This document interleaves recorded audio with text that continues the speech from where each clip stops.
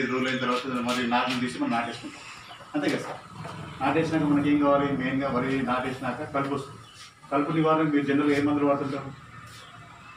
మామూలుగా మీరు వాడే మందులు ప్రెటాక్లో వాడుతుంటారు కదా. మన కంపెనీలో ఏంటంటే ఈ హైఫిట్ అని ఉంటుంది సార్, ఇది కూడా ప్రెట్లాక్లోనే.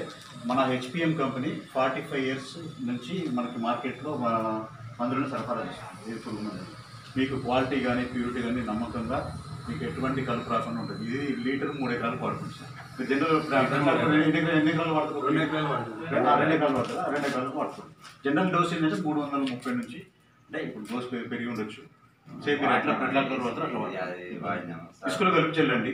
ఓకే సార్, ఎటువంటి కలుపు కూడా రాదు మీకు. ఇది ఒకటి. తర్వాత